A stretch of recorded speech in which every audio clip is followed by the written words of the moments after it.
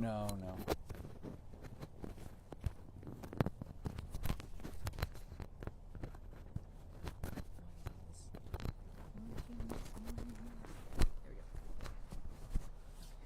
That good? That working? Yeah. Turn mine off.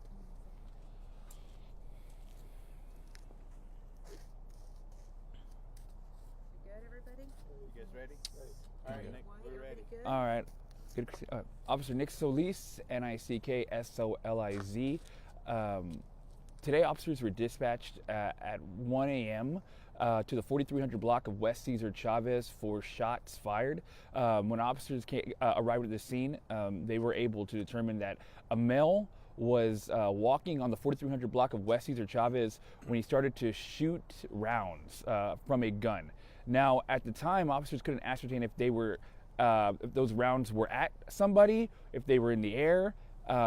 So once this suspect fired off rounds, he then secluded himself, went inside of a house on the 4300 block of West Cesar Chavez.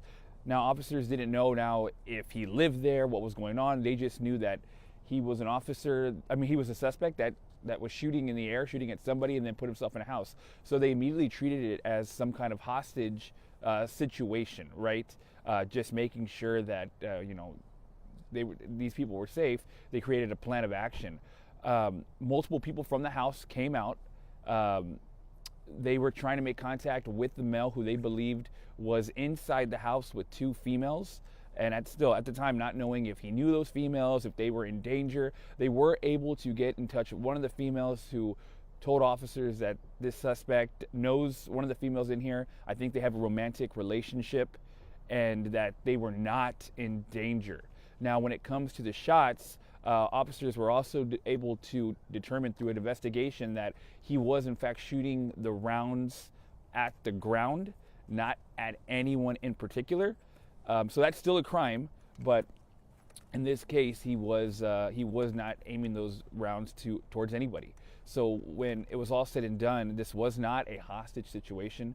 This was clearly a situation of a male who was not making the best decisions, shot rounds at the roadway. People heard, called it in, which they should, and then he went ahead and went inside a home where someone let him in, which we believe someone he knows that he has a romantic relationship with, let him in the house, and he's there now. So as far as that, we decided to back off as there was not a hostage situation. He will still have some crimes. He did commit some crimes, so that we will be filing on that. It looks like this is one of the crimes is discharging a firearm within a municipality of 50,000, and I believe that's it. If I know anything else, I'll let y'all know. So is he still down the street armed? Yeah, he's still in the house. Yeah, possibly armed. Everybody that was in the house at the time has now left that didn't belong there. I don't know why they were there, but the two people who live there are in there. They willingly let him in, and so that's where we stand right now. So, any idea why he did this? The danger of the situation, as far as the street and the people inside this home that he might have put people in. Yeah, well, I can't confirm. I mean, we think that he may have been intoxicated, right? And he was just stumbling down the street and was popping rounds off on the street, which is not the wisest thing to do. So we believe that may have something to do with it. But yeah, right now, someone let him in. I guess that's the safest place for him right now, as opposed to being out here stumbling, shooting, firearms. So he's in there right now. Nobody's in danger, and that's all that matters. So it's not a domestic dispute or a mental call? No, sir. Do you have information on why you guys decided not to arrest him? Well, when it came to that, it's more so nobody was in danger, right? When we initially got here, we believed that there were two hostages inside of the home, but it turns out when they made contact with one of the females inside of the home, they were safe because they knew him. There was nothing domestic. He wasn't actively shooting. They weren't in danger, so they made the determination that maybe we should just back off for now. There was no danger to anybody anymore.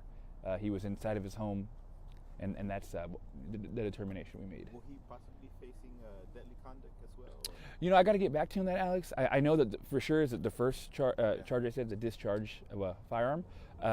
Anything else, I'll let y'all know. What do you want to tell the residents out here? It says he's here, fired some rounds, and he's still in the neighborhood. Yeah, police are still here. We, you know, obviously we're here 24/7.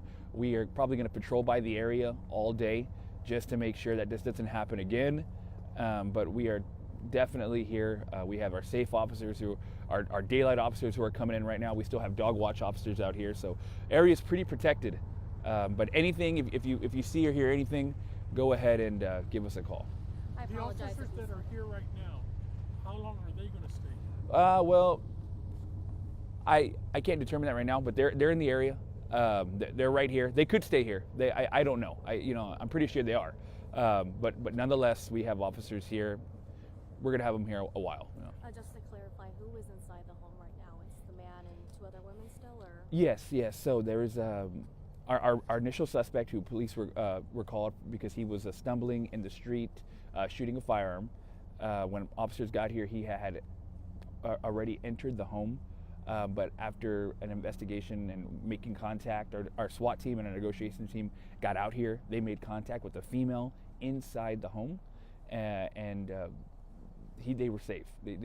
One of them was in a romantic relationship with him, and he wasn't firing off any rounds. They willingly let him in the house. He's just there now. There's no reason to go in there.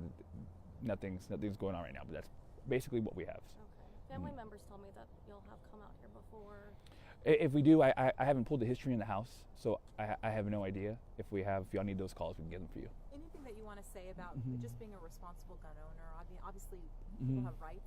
They have, they own guns. You want to say anything? Talk about that? Not right now, Christine. Yeah, just obviously we just know about firearm safety, right? It's just not safe to carry a gun when you're intoxicated. Make better decisions. So you guys backed out right now, backed off right now.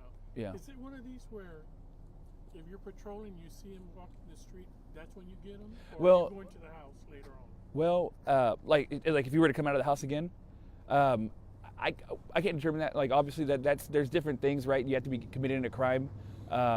There's different laws that if he had a warrant, yes, for this. But right now I have no idea about what's going to go on further with this investigation.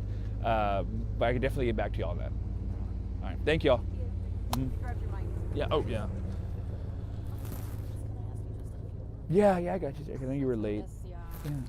Sorry to be digging in your Oh no, it's okay. No. Yeah, Don't I'm wanna be digging sorry. there. Here you go. Too far. Thank you, sir. Of course. Thank you. I mean, I kind of feel bad, but at the same time, you're drunk and you've had a firearm. Yeah. Yeah. Thank you, Nick. Appreciate it. Okay. This is a hard one. I can't.